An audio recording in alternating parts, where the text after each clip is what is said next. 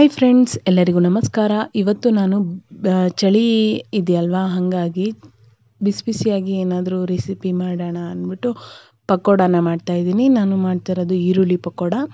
ಮೊದಲಿಗೆ ನಾನು 2ರಿಂದ 3 ಈರುಳ್ಳಿನ ಹೀಗೆ ಉದ್ದುದ್ದಕ್ಕೆ ಹೆಚ್ಚಿಟ್ಕೊಂಡಿದ್ದೀನಿ. ಅದನ್ನು ಉದುರು ಆಗೋ ರೀತಿ ಕೈನಲ್ಲೇ ಒಂದು ಸ್ವಲ್ಪ ಸ್ಮ್ಯಾಶ್ ಮಾಡ್ಕೊತೀನಿ. ಅದಾದ ನಂತರ ಅಜ್ವೈನು ಈ ಥರ ಕೈನಲ್ಲೇ ಕ್ರಾಶ್ ಮಾಡಿಕೊಂಡು ಅದನ್ನು ಹಾಕ್ಕೊತಾ ಇದ್ದೀನಿ. ಈ ಚಳಿಯಲ್ಲಿ ಈ ಪಕೋಡ ತಿಂತಾಯಿದ್ರೆ ಅದ್ರ ಜೊತೆ ಕಾಫಿ ಇದ್ರಂತೂ ತುಂಬಾ ಚೆನ್ನಾಗಿರುತ್ತೆ.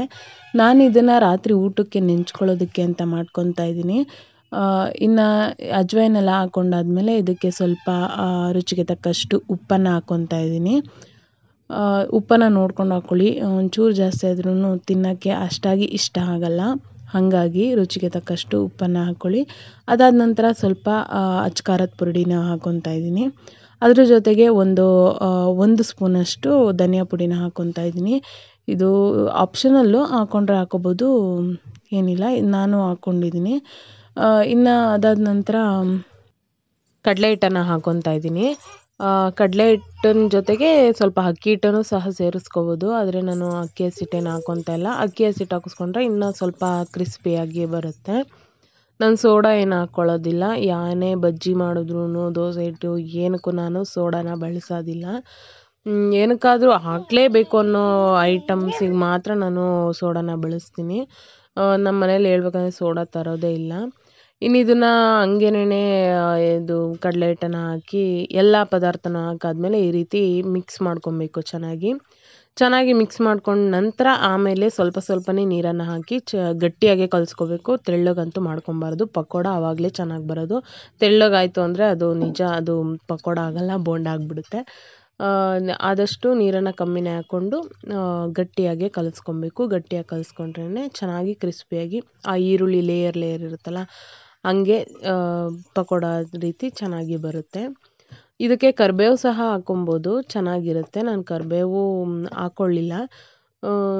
ಇದಿಷ್ಟೇ ಐಟಮ್ಸು, ಒಂದು 3-4 ಐಟಮ್ ಇದ್ದರೆ ಸಾಕು, ಕ್ವಿಕ್ಕಾಗಿ ಆಗಿಬಿಡುತ್ತೆ. ಇದೀಗ ನೋಡ್ತಾ ಇದ್ದೀರಲ್ಲ, ಈ ರೀತಿ ಚೆನ್ನಾಗಿ ಗಟ್ಟಿಯಾಗಿನೇ ಕಲಿಸ್ಕೋಬೇಕು. ಸಾಕಿಷ್ಟು ಈ ರೀತಿ ಇರಬೇಕು ಕನ್ಸಿಸ್ಟೆನ್ಸಿ. ಈಗ ಚೆನ್ನಾಗಿ ಇದನ್ನು ಕಲಿಸ್ಬಿಟ್ಟು ಎಣ್ಣೆ ಕಾಯಕ್ಕೆ ಇಟ್ಟಿರ್ತೀನಿ ಪಕ್ಕದಲ್ಲೇ, ಎಣ್ಣೆಗೆ ಹಾಕ್ಕೊಳ್ಳೋದು ಅಷ್ಟೇನೆ. ಈ ಪಕೋಡ ಕಾಫಿ ಟೀ ಜೊತೆ ಮತ್ತು ಊಟದ ಜೊತೆ ನೆಂಚ್ಕೊಳ್ಳೋಕ್ಕೆ, ಮತ್ತು ಸಂಜೆ ಸ್ನ್ಯಾಕ್ಸ್ ಆಗಿ ಸಹ ನಾವು ತಿನ್ಬೋದು. ತುಂಬಾ ಚೆನ್ನಾಗಿರುತ್ತೆ. ಸ್ಪೈಸಸ್ ಜಾಸ್ತಿ ಬೇಕು ಅನ್ನೋರು ಖಾರದ ಪುಡಿ ಎಲ್ಲ ಜಾಸ್ತಿ ಹಾಕ್ಕೊಬೋದು. ನಾನು ಎಲ್ಲ ಮೀಡಿಯಮ್ ಆಗಿ ಹಾಕಿದ್ದೀನಿ. ನಮ್ಮ ಮನೇಲಿ ಅಷ್ಟು ಖಾರನೂ ಇಷ್ಟ ಆಗಲ್ಲ, ಹಂಗಾಗಿ. ಇನ್ನಿದು ಎಲ್ಲ ಕಲಸಿ ನೀಟಾಗಿ ಆದಮೇಲೆ ಅದನ್ನು ಉಂಡೆ ಮಾಡೇನು ಹಾಕೋದು ಬೇಡ, ಹಂಗಂಗೆ ಹಾಕಿದ್ರೆ ಸಾಕು. ಲೇಯರ್ ಆಗಿ ಚೆನ್ನಾಗಿ ಅದು ಬರುತ್ತೆ ಪಕೋಡ ರೀತಿ. ಇನ್ನು ಎಣ್ಣೆ ಕಾದ ನಂತರ ಈ ರೀತಿ ಬಿಡ್ತಾಯಿದ್ದೀನಿ ನೋಡಿ.